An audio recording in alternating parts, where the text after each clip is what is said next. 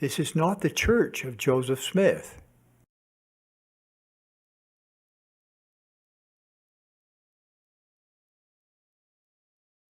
Travis Wayne Goodsell. 1 Nephi, chapter 1, verse 2. The learning of the Jews. Jews are not Christian.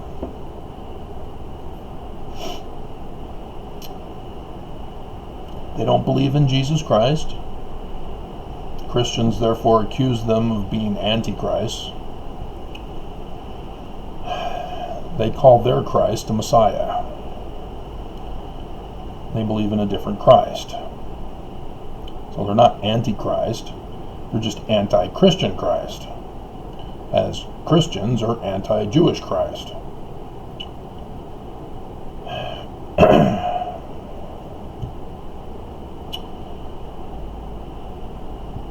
And what it's talking about here in the Book of Mormon are Jews in the sense of pre-captivity Jews. Because if you scroll down, if you have the computer program version, verse 13, Woe, woe unto Jerusalem, for I have seen thine abominations. Yea, and many things did my father read concerning Jerusalem, that it should be destroyed, and the inhabitants thereof, that many should perish by the sword, and many should be carried away captive into Babylon. The Babylonian captivity is its official terminology or title for that event. But here, it's not talking about Jews from Judah or Jerusalem as the pre-captivity Jews, but more of the whole house of Israel, in the sense that the Jews referred to in the book of Ishtar, Esther, of which we have Purim coming up next month, for which is celebrated by the Jews from that book. It means lots. And it's the house of Israel, which were the northern tribes that were taken captive into Assyria, which was a different practice than the Babylonians. But Ishtar, which is, yes, the Mesopotamian goddess Ishtar, of which our Statue of Liberty was designed after. And then you have Mordecai, who is the Mesopotamian god Marduk. So it has the consonants, it's just the Hebrew Bible uses different vowels, and thus it tricks people into thinking it's not Mesopotamian in origin, as it's merely a Mesopotamian document turned into a Jewish document, a post-captivity Jewish document, as there's anachronisms in there.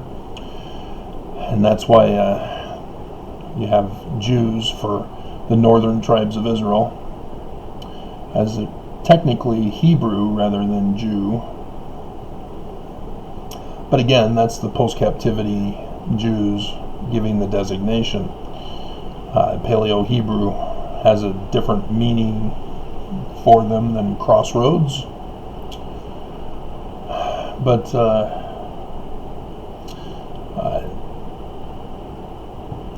it is the whole house of Israel that the Book of Mormon is referring to, as Lehi is from Manasseh, which is among the northern tribes, yet they were living in Jerusalem, thus combining the two together.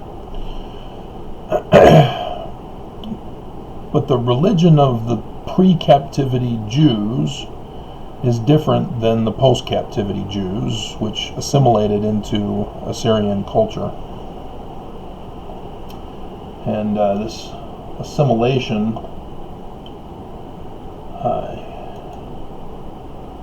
has resulted in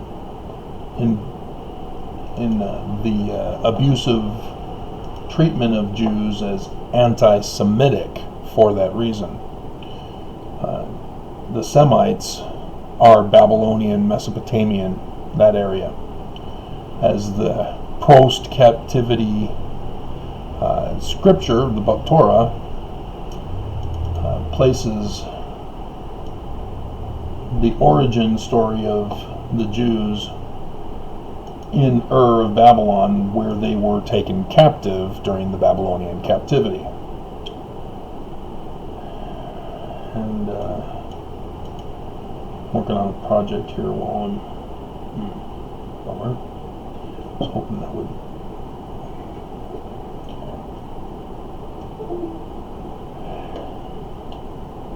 And so there's a difference in religion, thus a difference in learning of these pre-captivity Israelites, Hebrews, that are being spoken of in the Book of Mormon. But if you're thinking, oh yeah, because they're true believers in Jesus Christ, right? No. They're still not Christian, in the sense of Christianity, Christians.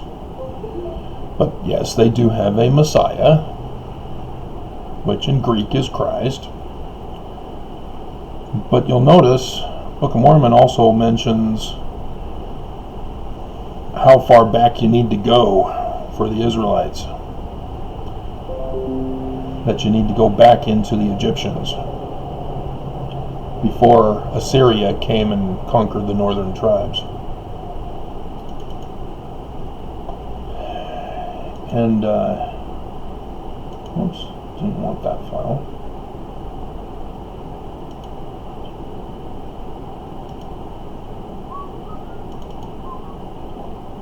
And so the use of Paleo-Hebrew rather than Semitic Hebrew, which is often just called Hebrew,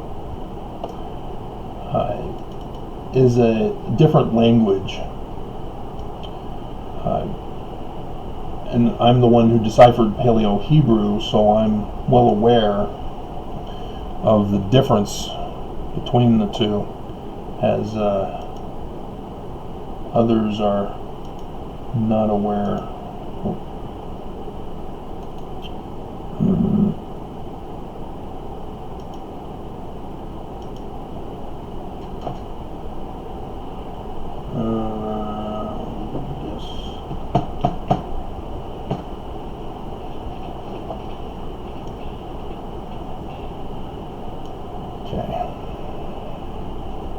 And so this is the Star of David, technically the Shield of David, has the added circle around it, makes it a different word.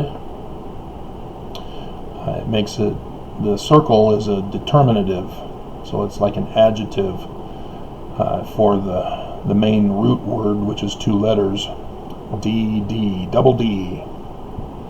And yes, it does refer to sexual love, or nurturing love. There are many levels.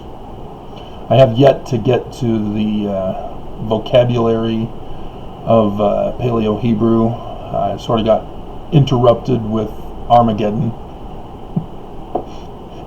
So that's been distracting me, and I don't foresee myself getting to it anytime soon until after 2024-ish, if you've been paying attention to my videos. And so the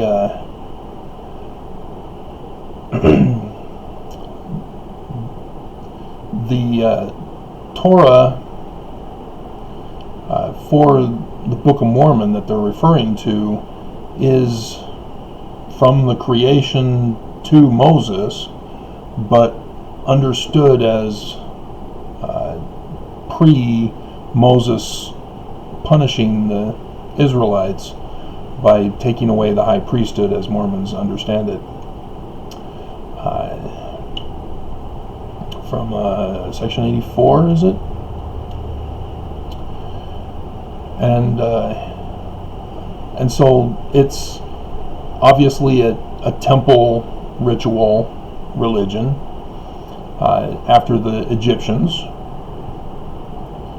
not after the post-captivity Jews, which seems to have taken out the initiation part of it.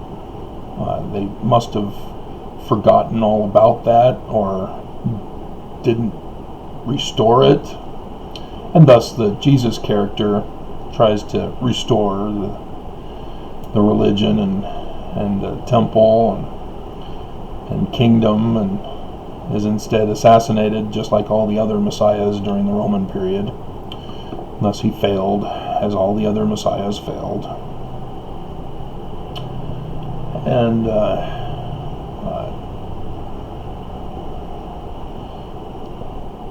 And so the religion doesn't utilize the laws of Moses with the dietary commandments and the strict observances and all that. It does incorporate the 10 Commandments, though through Egyptian it was called the 42 affirmations. And they're part of the temple initiations, where you had to affirm that you were a good person, that you didn't murder, that you didn't steal, that you didn't impregnate your neighbor's wife, etc., etc. Except for the Sabbath. Sabbath is a Babylonian thing. And so for the Egyptians, thus the pre-captivity Israelites, nice. You have Sabbath any day of the week, which they didn't have weeks either. That was also a Babylonian thing. Any day you wanted.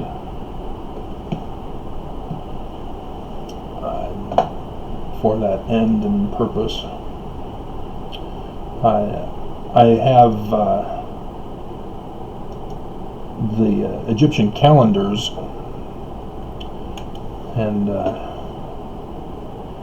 have been able to compare them with the current day.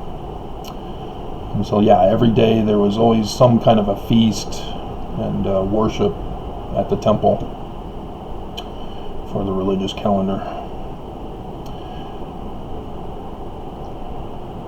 And so this is the religion that Mormons are supposed to have.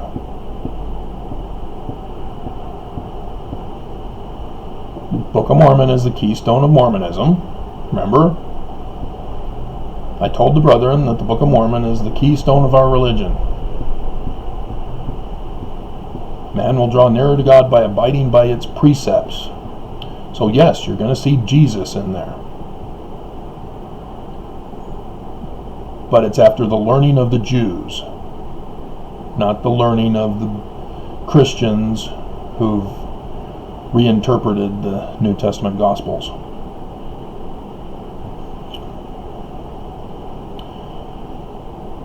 And so, knowing that Mormons are Jews, they will hate this. They'll deny it. Say, no, we are Christian. We aren't Jews. And in so doing, they become not necessarily anti-Semitic, wrong Jews. They become anti-Hamido. That's for the Egyptians. But it's still religious bigotry, religious hatred. And as I've experienced far too many Mormons who use Mormonism to justify hate and hate crimes and other abuses and neglects, all in the name of religion, in the name of Mormonism. And so I've tried to help educate, and unfortunately, because of the way YouTube is set up, I have to keep repeating the same types of videos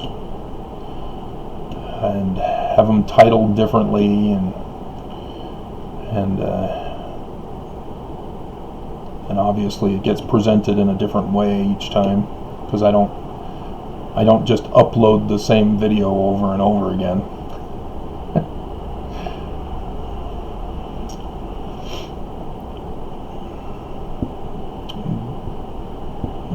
But why is it hard for Mormons to accept? Oh, right, Nelson and the other prophets since Brigham Young.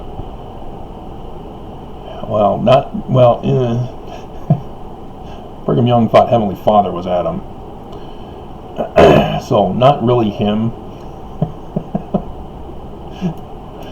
But we'll say the 1923 church. And Mormons have forgotten their origins. They don't know their origin story. I did the video, Origin Story of Mormonism. But this is the concept of the latter-day Messiah, Armageddon. Interestingly, Armageddon comes from Har Megiddo in Israel, which David Moses IV has translated into English from the Paleo-Hebrew from the Egyptian. Remember, I deciphered Paleo-Hebrew. I deciphered Egyptian petroglyphs too, by the way.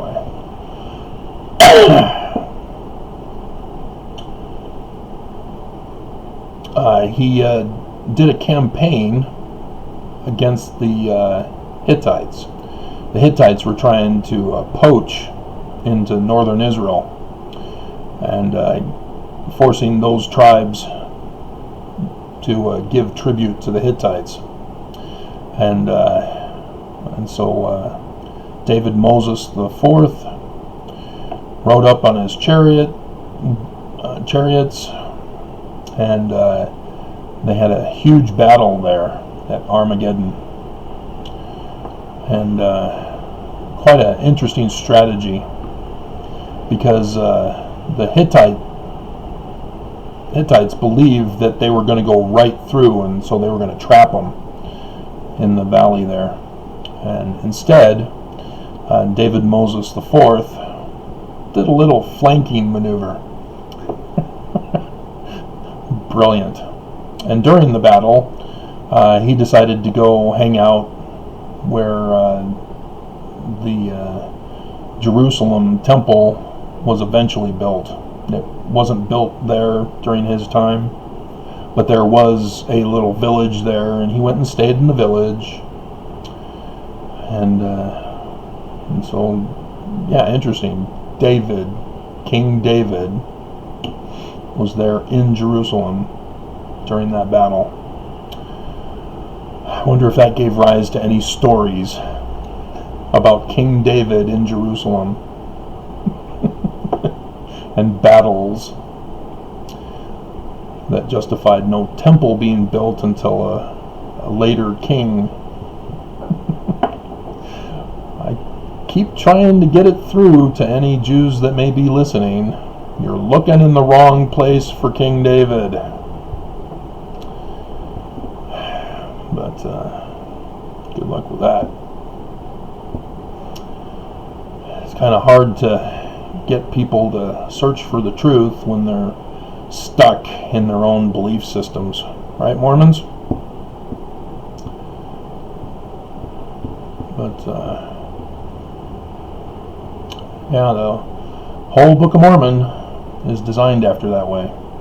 And so yes, I've seen critic after critic complain that they think that Joseph Smith's original religion was a Christian variation of the Trinity God.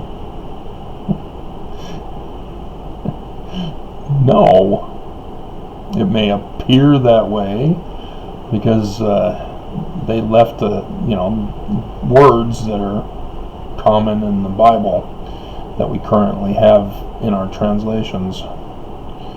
But gotta focus on learning of the Jews. so that when you do come across something and you have your own traditional understanding of it, you got to say, what is the learning of the Jews?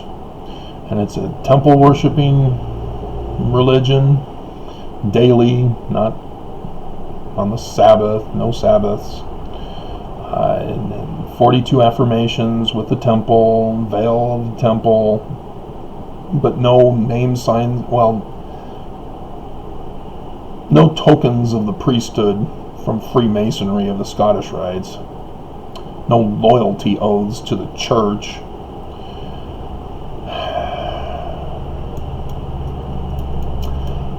I guess we could say nudity. The Egyptian women were either in a sheer robe or a over-the-shoulder robe, thus exposing the one side, but still sheer. But they would be body shamed by today's standards. Wouldn't they, Mormons?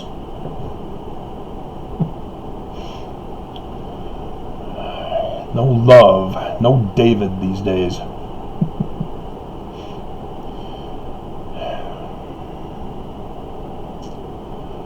And so, yeah, it's a completely different religion than what we are currently practicing and believing in the Church of Jesus Christ of Latter-day Saints. And they're even hinge pointing. I still have to do that video. I went through and weeded through all that big pile of paper down to just a few. So yeah, I already did the original Mormonism video. Then I have the Brigham Young reboot, and then that was the 1852 reboot. But I did some other branch off videos that touch on it. They were doing the second anointings there in 1846, before they officially became a rebooted church. That's part of the reboot, is that they just made changes in secret to Joseph Smith's organization, so that when they started the whole reboot in 1852, they were able to say, oh, no, we were doing this already with Joseph Smith. No, I call BS. BS on BY. And then the United States came in, totally shut the whole church down, practicing polygamy, practicing brothels and prostitution, and all sorts of other crimes. And so the second reboot was in 1923, as you heard me mention that date, as they couldn't go back to Brigham Young's organization. They couldn't reincorporate with his religion. The United States didn't allow it. And so they had to choose a whole different religion in order to be incorporated again. And, well, they're white supremacists, so they're not going to be Jew of Joseph Smith, are they?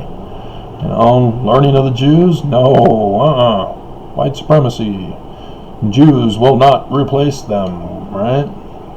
The hatred of Mormonism. And so they chose evangelicals with a Mormon twist, still using Joseph Smith and name, and the Book of Mormon in name. It's the Brigham Young edited version. It's not the original. The church has published through Deseret Book the original, we assume. What I've found is that the 1844 edition of the Book of Mormon doesn't have 1844 edition, which is kind of disturbing, and so not quite sure if it is actually the original, or if it's the one Brigham Young wanted it edited, but Joseph Smith told him no, put it back the way I had it. which was not really him, if you saw those videos. And then, starting in 2018, Nelson took the church in a whole different direction, as he's done a lot of massive changes that he's getting away with. Mormons are like, oh wow, we thank thee, O God, for a prophet to guide us in these latter days, and we're waiting for the second coming. There is no second coming. That's the Christian learning, not the Jewish learning, or the pre-captivity House of Israel Egyptian learning. And so they're still waiting for the signs in the heavens. They're still waiting for the destruction of Jerusalem to show those Jews that Christ is their God, not their silly Messiah, their false prophet Messiah, right? As anti-Semites.